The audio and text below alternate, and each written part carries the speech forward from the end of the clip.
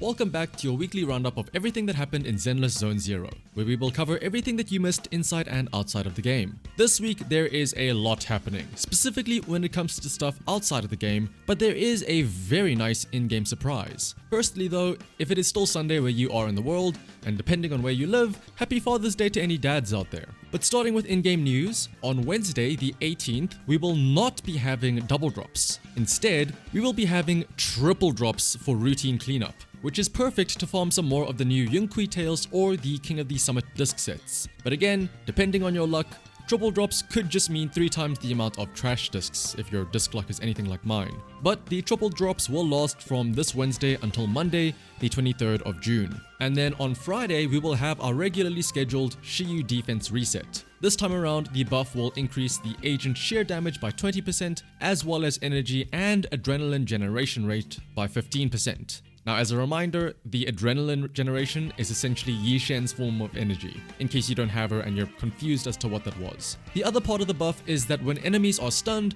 all members of the squad will recover 600 decibels, and their ether and fire damage will increase by 20% for 20 seconds. Again, this is getting ready for the Fufu banner with the whole stun plus fire buff. And then something a little special. Would you like to try out new agents and content early? Well, there is a new official program called Vanguards, which is essentially a closed beta test recruitment program.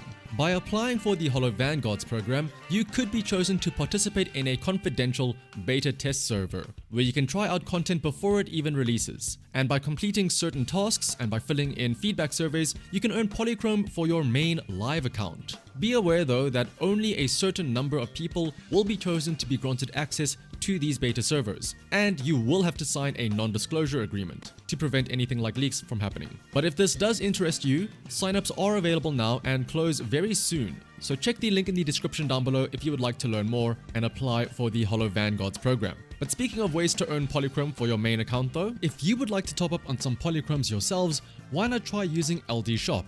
Especially considering you can get top-up options cheaper through LD Shop than you would in-game, with discounts of up to nearly 22% for new users.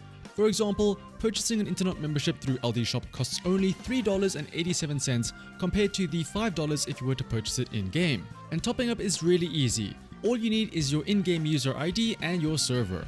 Once you fill those in, you can click on top up, choose your payment method, and within seconds your order is completed and you can see the rewards in-game.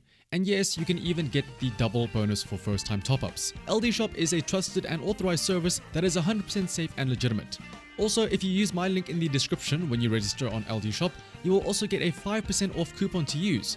And if you spend over $80, you will also gain a VIP membership, which can earn you free internet memberships and regular coupons. Once again, you can check out the description and the pinned comment to start saving with LD Shop.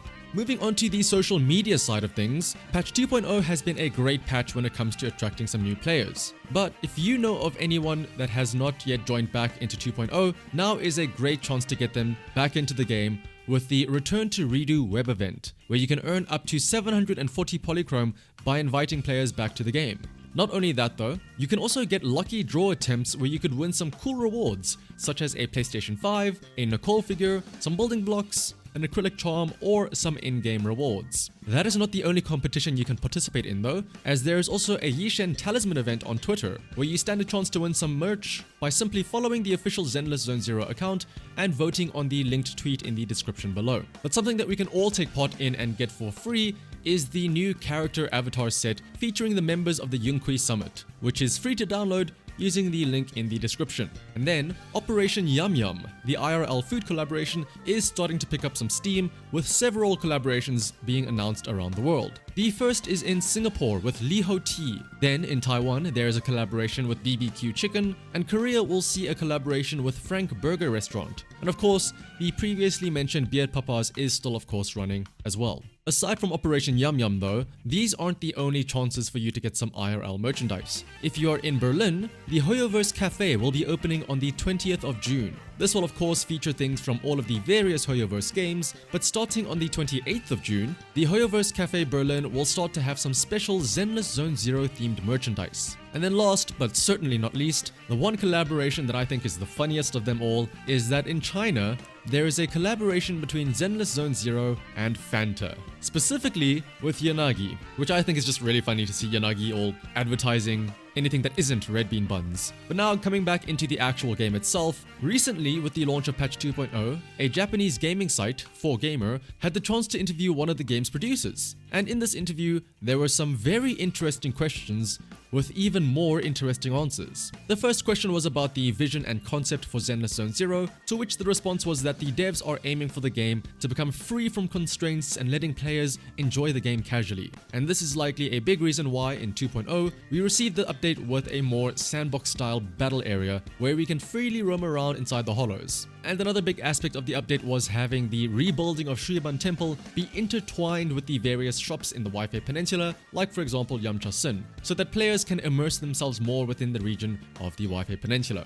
having them interact with the different shops and whatnot. The next question was about if the devs take into account player feedback. Cue the generic OMG devs listened thumbnails. But although no specific player feedback points were explicitly mentioned, the dev team is supposedly constantly listening to feedback and adjusting, which again seems like your standard type of response, right? But I mean, with the Hollow Vanguards program, they clearly are interested in hearing what the players think about the game. Then a great question in my opinion was asking if Fairy was somehow related to any of the UI improvements, for example the minimap and whatnot, especially since Fairy has been a bit quiet in the story as of late, which I think was, in hindsight, a great in-universe explanation of how we got the upgraded minimap.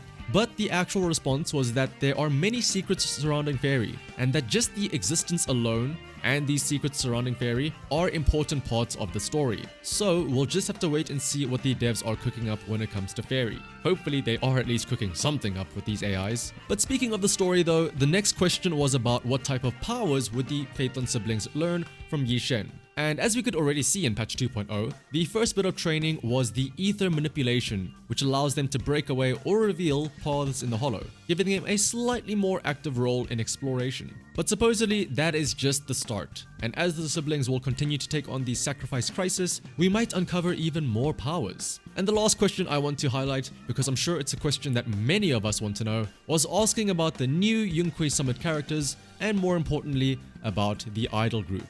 And here the producer was very smart in how they answered the question. They were more than welcome to go into details about the Yunque Summit agents, but then dodged the question about any other factions, saying that at the time, no information could be revealed about any other groups. But these other factions will for sure have attractive and unique characters and settings, who will all play important roles in the story, which is understandable, of course. I doubt we'll ever hear any new information about the idols until we actually see them in-game or when they get drip marketed. But there are a few other questions in the interview that you can read through if you're interested. I'll link the interview in the description, but fair warning though, it is in Japanese. So for now, we'll just have to keep on waiting for the idols. I mean, it's almost been a year, right? What's a few more months? Hopefully it is a few months. Otherwise, as always, thank you all for watching until the end. If you enjoyed this video, liking, commenting, and subscribing is greatly appreciated. But until next time, bye bye.